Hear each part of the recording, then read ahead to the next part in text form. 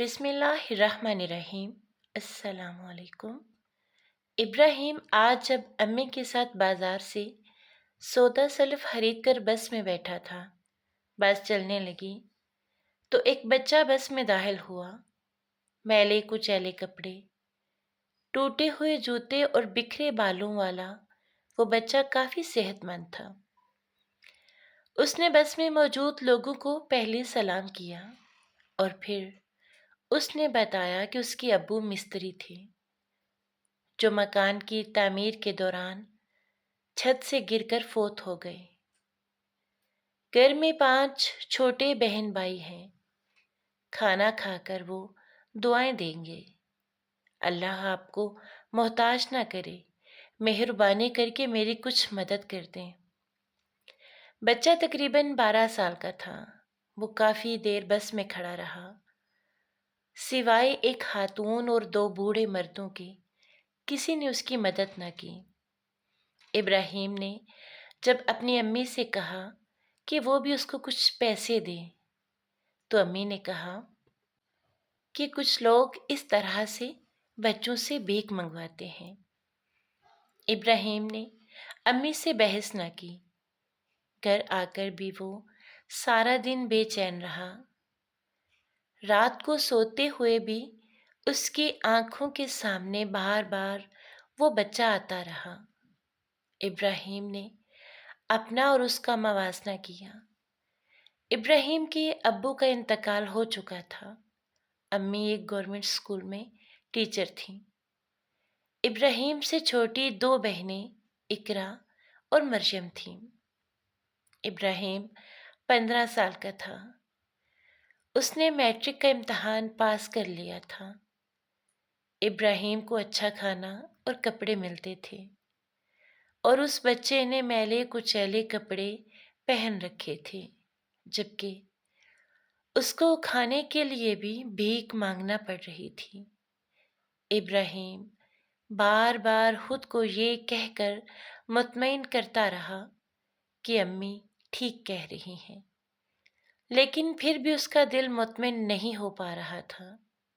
اس دوران وہ نیند کی وادیوں میں چلا گیا۔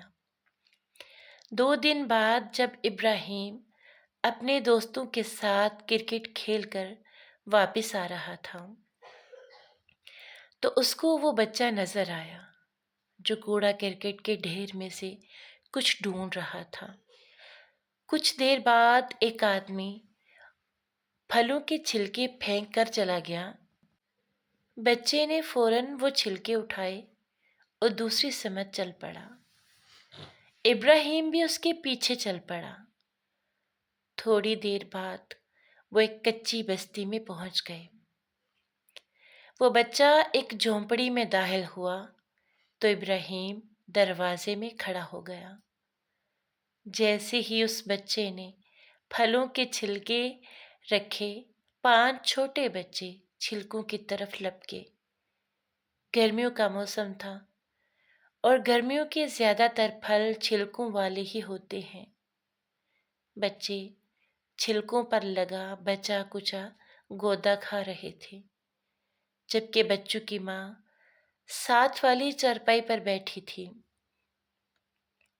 یہ سب دیکھ کر ابراہیم کی آنکھوں میں آنسو آ گئے۔